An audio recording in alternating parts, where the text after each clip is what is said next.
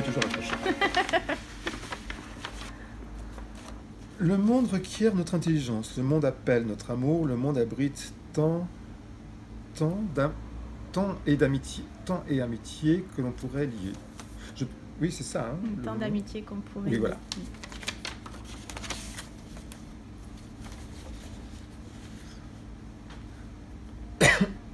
On pousse tous ensemble, mais on ne pense pas. Tous de la même façon. Bienveillance et tolérance mutuelle. Du familier à l'inconnu. Oui. Ouais. Tellement vrai. C'est vrai que quand on se ressemble, on est blanc, on est asiatique, on est africain, on est thaïlandais, on est mexicain. Donc on est tous différents. Mais on est tous pareils. Mais ça, on l'a oublié. Et tu vois, des fois, quand enfin, c'est pas le texte qui me fait penser comme ça, mais c'est le monde, comment il va. Des fois, des fois, je comprends pas ce monde. Je ne comprends pas ce monde. On va tous dans la même direction, on est tous pareils, peu importe la couleur, peu importe nos opinions, on va tous dans le même sens. Et il y a tellement d'intolérance. Et on a tous les mêmes problèmes.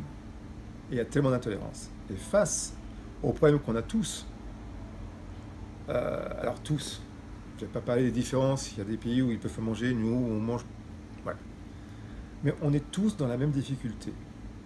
Et on ne se tient pas la main. Et pour moi, personnellement, c'est devenu insupportable. Donc c'est pour ça que je me mets dans mon silence.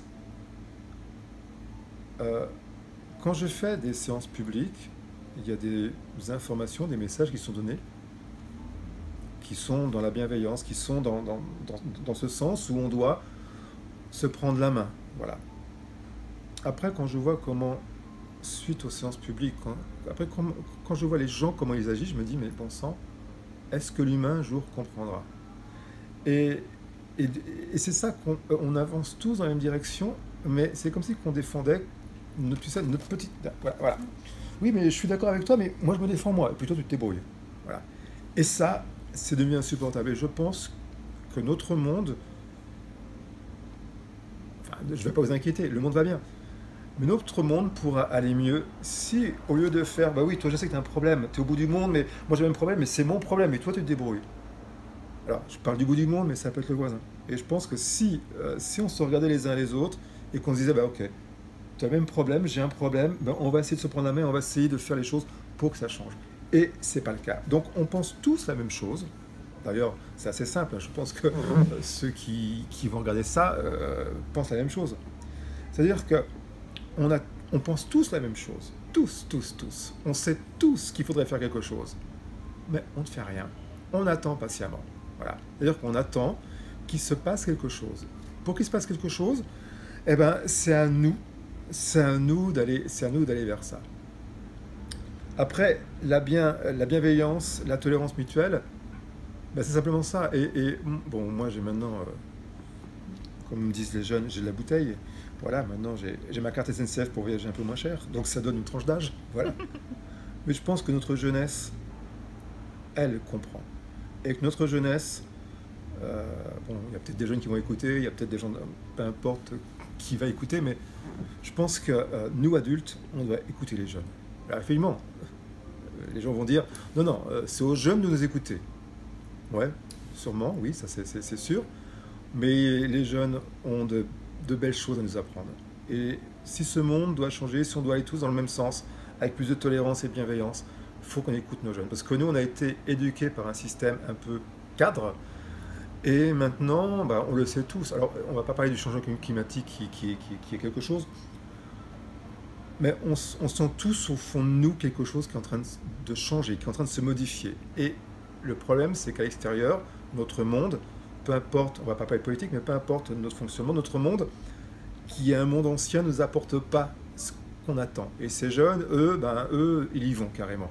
Donc c'est pour ça que ce monde, ces jeunes, il faut vraiment les écouter parce qu'ils ont de belles idées, ils ont des projets intéressants, mais ils sont jeunes. Donc, jeunes, non, tu écoutes l'autorité. Voilà, pas l'autorité après, ça c'est encore autre chose. Mais ce monde, ce monde m'inquiète. Ouais, je fais partie des gens qui sont inquiets de ce monde. Je ne suis pas inquiet de... Je ne vais pas parler des gilets jaunes, c'est encore autre chose. Mais ce monde m'inquiète parce que on est là, on court et on ne prend pas ce temps de s'occuper de notre terre. Alors si on s'occupe de jardiner parce qu'il faut que nos balconnières soient très belles pour que les voisins disent «Oh, elle a de beaux géraniums, la dame!» Bon, ça c'est qu'une image, mais c'est vrai qu'on est un peu comme ça. On regarde devant nous notre petit territoire, mais on ne vit pas sur notre petit territoire, on vit sur notre terre. On vit sur la terre.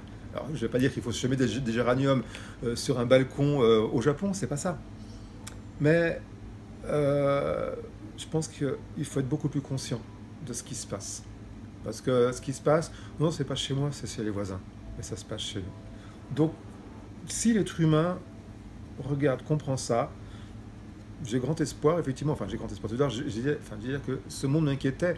Mais si nous, adultes, parce que les jeunes, eux, vont comprendre très vite l'héritage qu'on leur laisse en ce moment.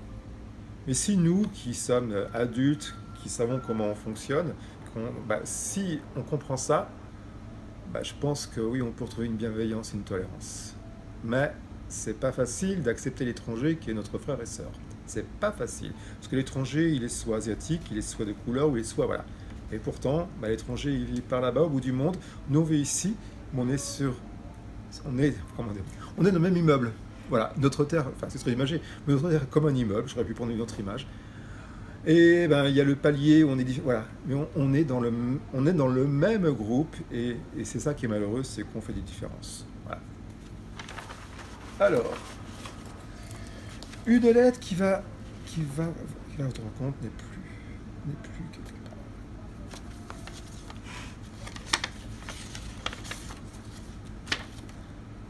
Alors, une formulation insaisissable qui apparaît souvent entre deux mondes. Tu m'as écouté. Quelque part. Tu verras, les âmes se retrouvent toujours quelque part. Quelque part. Ah ouais. Je sais pas pourquoi. Quelque part. Je sais pas pourquoi. C'est vrai que quelque part, c'est où? Est-ce là? Est-ce ailleurs? Mais c'est vrai que moi, dans ma vie de tous les jours, quand j'ose parler, quand je fais pas mon ermite, c'est pas un mot que je vais dire quelque part. Mais quand la connexion est là, quelque part, je sais. C'est vrai que de l'autre côté, voilà, par là, je ne pose pas de questions. C'est vrai que je pourrais leur dire, mais pourquoi ce quelque part? J'aurais sûrement pas la réponse. Parce que est-ce que c'est important pour moi de savoir ce quelque part? C'est vrai que quelque part, je peux aussi l'entendre comme ça, parce que nous, dans notre façon de prier, nos églises nous dit l'au-delà. Alors, à la logique, on ira là-haut au ciel. Je ne suis pas sorti aujourd'hui, je crois que le ciel, il y a du soleil aujourd'hui, il y a quelques nuages, donc j'espère qu'il y aura assez de nuages pour s'accrocher quand on partira. Donc c'est peut-être ça que ce quelque part, c'est qu'on ne sait pas où c'est quelque part. C'est quelque part, ça peut être là autour de nous. Alors c'est vrai que ce quelque part, c'est entre deux mondes, comme tu l'as noté. C'est quelque chose qui est insaisissable. Parce que quelque part, c'est ça, c'est quelque part. On ne sait pas, comme tu l'as noté, c'est insaisissable. Et c'est vrai que de l'autre côté, ce qu'on appelle, enfin, ce que la majorité des gens disent, l'au-delà, parce que moi, l'au-delà, c'est pas ma tasse de thé. Bon, ok, il faut le dire parce qu'il faut être un peu sérieux, donc je dis l'au-delà, mais c'est vrai qu'on ne sait pas où c'est. Et je pense, Jean, Nicole, eux savent. Eux, ils savent. Moi, je ne sais pas où c'est. Alors c'est pour ça que peut-être, comme je ne sais pas où c'est, eux d'autre côté disent quelque part. Si c'était Nicole ou Jean, on va dire Nicole, si Nicole était là à ma place, peut-être qu'effectivement peut-être que ce mot aurait été remplacé parce qu'elle a vu. Voilà. Alors c'est vrai que ce quelque part, c'est un endroit, un lieu peut-être, une fréquence peut-être, une vibration peut-être, où ce qu'on appelle notre vibration intérieure, où on peut mettre le mot âme ou autre, peuvent effectivement se retrouver. Donc c'est pour ça que c'est vrai qu'une fois je me suis écouté, il y a quelqu'un qui avait enregistré une séance publique et je m'étais trouvé ridicule. Parce qu'il y avait toujours ce quelque part qui revenait. Quelque part. Enfin, c'était pas à chaque... c'était pas toutes les minutes, mais c'était très régulier. Et je me dis, mais c'est ridicule ce mot quelque part. Alors c'est pour ça que quelque part, c'est insaisissable, c'est impalpable, c'est quelque part. Et ça me fait penser aussi un peu nous. nous on est quelque part. Ok, on est là dans ce lieu, on est dans ce lieu, donc on n'est pas quelque part, c'est un lieu qui est défini. Mais on est quelque part. Voilà, c'est-à-dire que notre vibration, bah, effectivement, on a bien les pieds sur terre, mais ce quelque part, ça veut dire qu'il faut être aussi peut-être insaisissable, parce que, enfin, ce que je comprends de ce mot, là quelque part, c'est qu'on est trop, on tient trop les choses comme ça. Et quand on tient trop les choses comme ça, ben, on n'est pas dans ce quelque part. Tout à l'heure, je disais comme ça que ben, des fois, je vais dans mon silence, et dans ce silence, je suis quelque part. Et c'est dans ce quelque part qu'on peut peut-être mieux capter leur fréquence. Donc c'est quelque part, ça m'amène à ça, c'est-à-dire être impalpable, être là sans être là, écouter sans écouter, ne pas prendre en considération tout ce qui peut être posé. Ce quelque part, c'est aussi être soi-même, c'est-à-dire on ne sait pas qui on est. Si, tu as un prénom, j'ai mon CV, tu as ton CV, donc ça, ce sont des choses qu'on a apprises. Mais être dans ce quelque part, c'est être un peu dans ce côté, comme on dit si bien, se lâcher prise. On est là. Moi, des fois, il y a des gens que je connais très bien. Enfin, maintenant, ils me posent plus des questions, mais ils me disaient comme ça, mais tu penses à quoi? Et je répondais à rien. Alors, est-ce que c'est ça, quelque part? C'est être là et ne pas être là. Voilà. Donc, c'est comme ça que moi, je vois le mot quelque part. Et puis, c'est vrai qu'en séance publique, quelque part revient souvent. Parce que c'est vrai, c'est où, quelque part? On ne sait pas.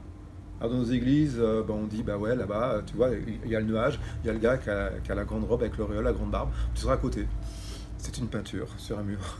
Des fois, c'est ce que je dis, c'est une peinture. Bon, voilà. Faut pas que je trappe trop ce micro parce que sinon. Voilà. Donc c'est pour ça que ce mot quelque part, bah, on ne sait pas.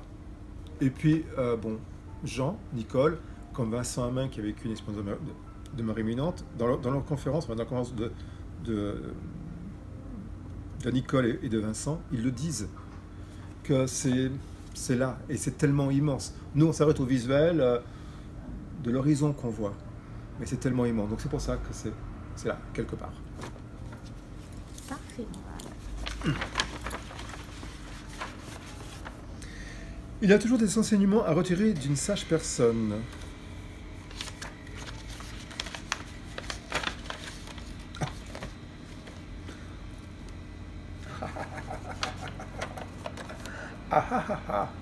Vous la connaissez pas? Moi je sais où son corps repose. Non, je déconne. Non, parce que j'essaie d'avoir beaucoup d'humour aussi. Voilà. Donc pour les gens qui ne connaissent pas, c'est Ma Ananda Mohi. Alors qui a été Ma Ananda Mohi? Ma Ananda Mohi a été une des grandes saintes de l'Inde. Enfin sainte. Oui. Une grande femme en Inde. Elle n'était pas vraiment une gourou, mais elle était extrêmement vénérée. Elle déplaçait des foules entières. Donc je ne suis pas là pour faire tout le CV de Madame Mohi, mais ça a été une très belle rencontre. Malheureusement, pas physique. La première fois, d'ailleurs, non, c'est pas ce visage que j'ai vu la première fois que je l'ai vu. La première fois que j'ai rencontré Madame Mohi, c'était dans une librairie à Nantes. Et bizarrement, j'ai un livre qui s'est enfin, il y avait quelqu'un derrière, un rayonnage, et le livre a bougé, puis pouf, il est tombé. Donc j'ai remis et j'ai sorti. Et c'était l'enseignement de Madame Mohi. C'était sur l'Inde, j'avais jamais été en Inde. Et quand j'ai vu à la page, il y avait une photo en noir et blanc d'elle, c'est pas ce visage-là, c'est un autre portrait. Et quand j'ai vu son regard, je me suis dit, oh là, son regard m'a transpercé. Pourtant, ce n'était qu'une image dans un livre. Et je me suis intéressé à son parcours. Alors, je ne vais pas expliquer tout ce que j'ai lu sur elle, parce qu'il y a beaucoup de choses. Et je suis allé en Inde pour, je ne vais pas dire pour marcher sur ses traces. C'est pas ça. Je suis allé en Inde parce que j'aime l'Inde. Et je suis allé dans le lieu, pas dans tous les lieux où elle a été, parce qu'elle a été dans beaucoup d'endroits. Je suis allé dans des lieux assez importants où elle a quitté son corps et où son corps repose. Et c'est vrai que c'est un enseignement. Faut pas que je parle trop fort, mais bon, tant pis. Je lis pas, je ne lis plus. Beaucoup de gens m'offrent des livres qu'ils ont écrits. Et bon, ils sont sur un rayonnage, j'en ai lu, enfin voilà. Mais je me suis arrêté. Madame Mohi n'a écrit aucun livre. Ce sont des gens qui l'ont rencontrée, qui l'ont croisée, qui ont écrit sur elle. Et je me suis arrêté à son enseignement.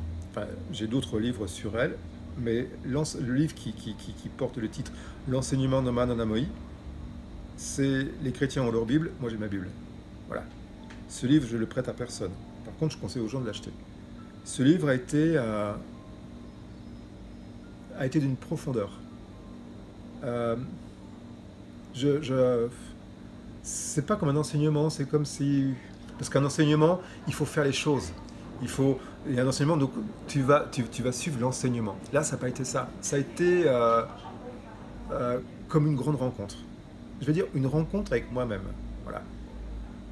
Donc c'est pour ça que, comme c'est marqué là sur l'enveloppe, il y a toujours des enseignements à retirer d'une sage personne.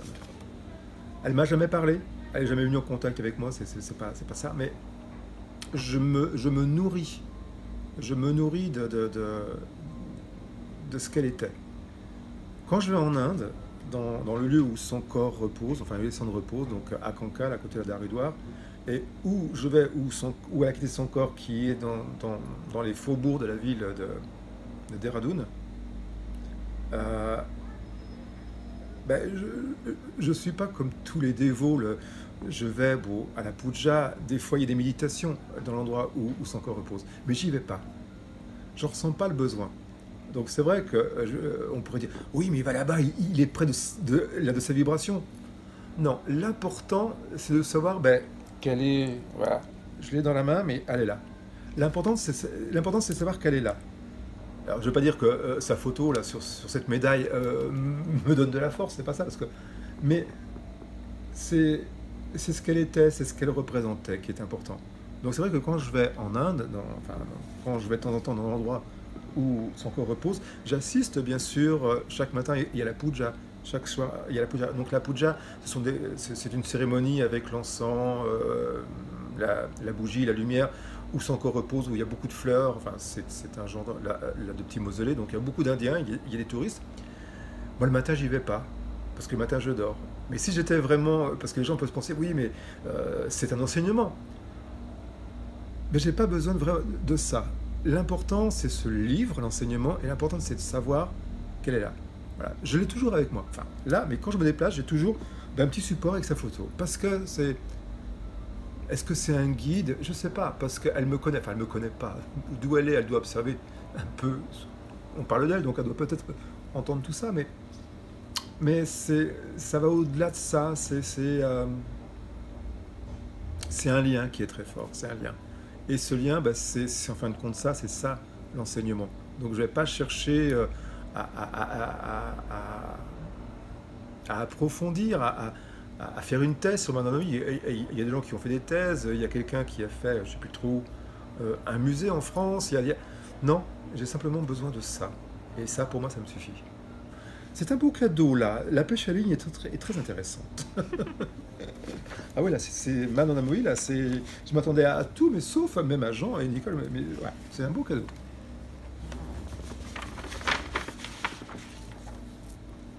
Il posa sa main, mon cher, c'est ça, mon cher, je vous écoute et vous sens vous éloigner. Surprise.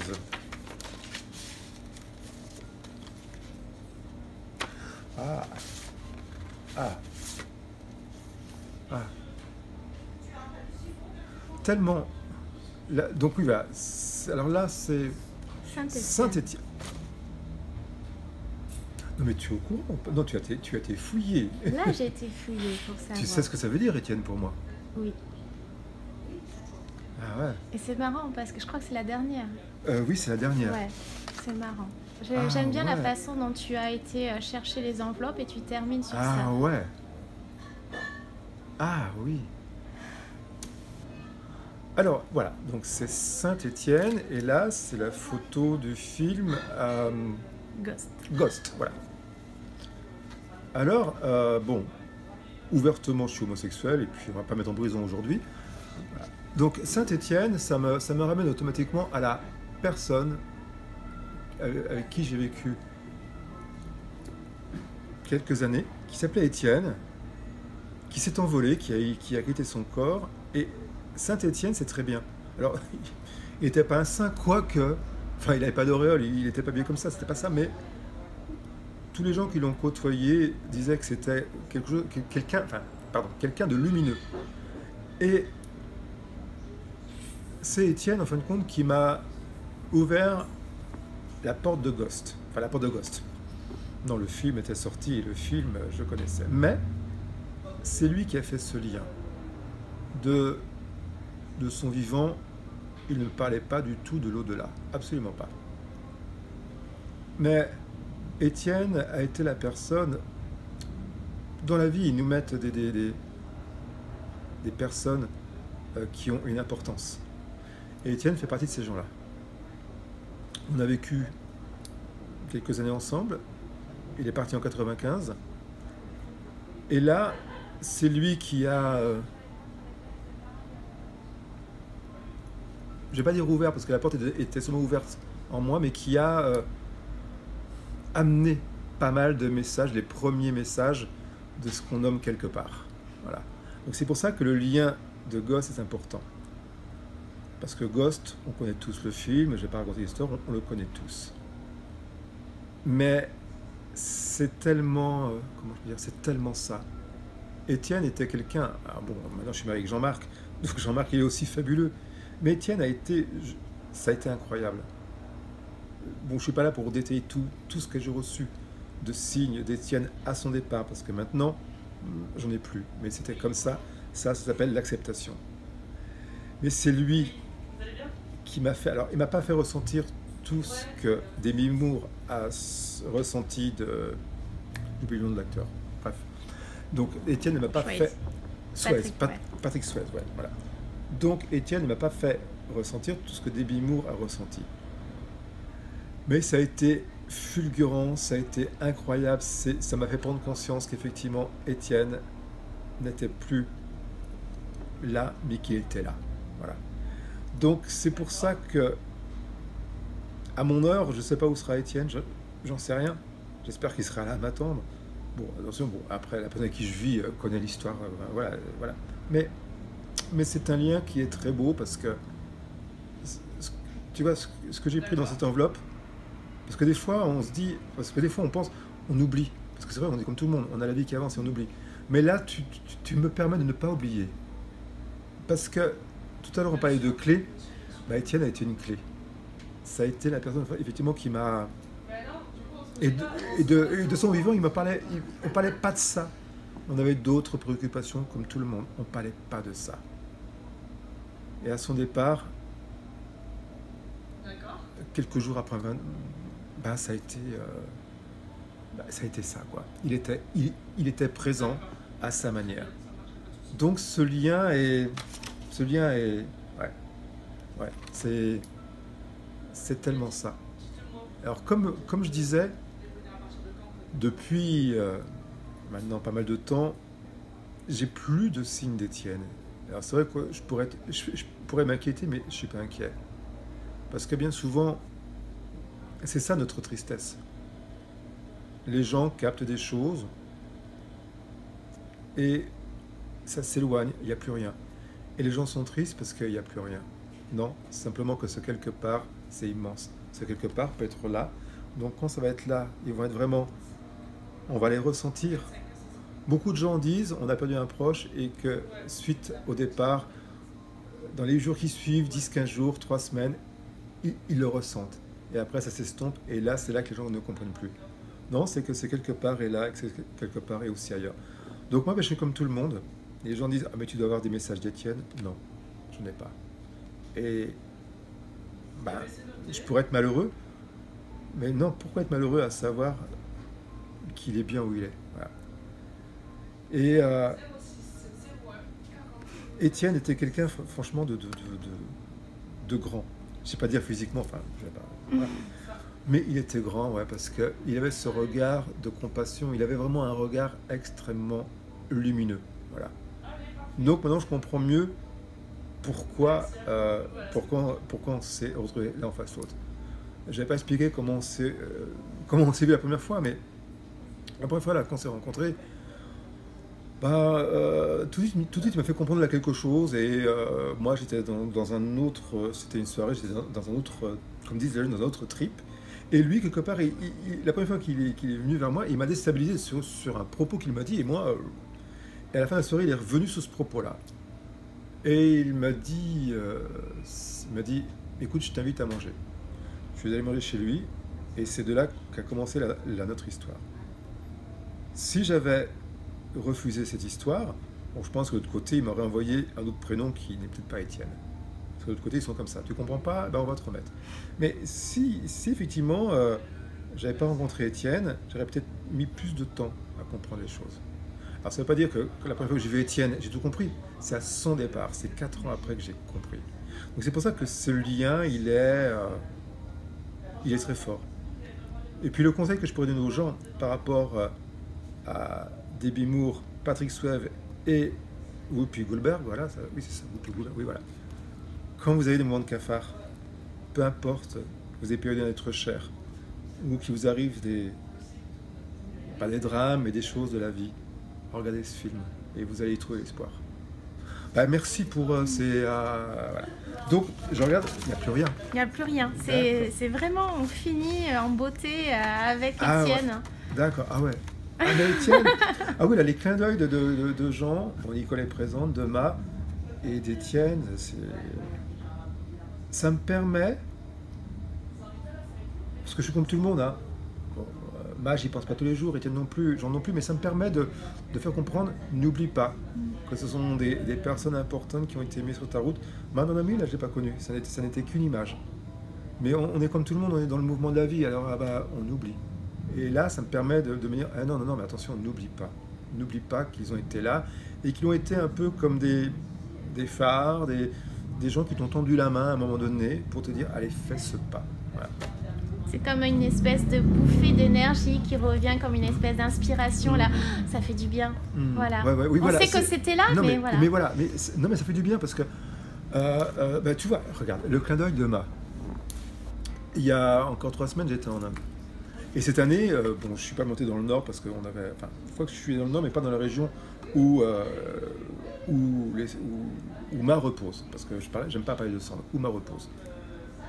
Et ce qui est très drôle, c'est qu'avec la personne avec qui je vis, je lui ai dit, ouais, tiens, cette année, on n'a pas été, même avant de partir, et même en Inde, j'ai dit, ah, c'est dommage, alors tout était prévu, les billets d'avion, donc on ne pouvait pas vraiment, enfin, qu'on aurait pu, mais on ne l'a pas fait. Et j'ai dit, ça, c'est dommage. Bah, elle est venue à moi, grâce à toi. D'une autre manière, mais elle est venue à moi. Je n'y suis pas allé, mais là, elle est venue à moi. Ce petit clin d'œil, quoi. Ouais.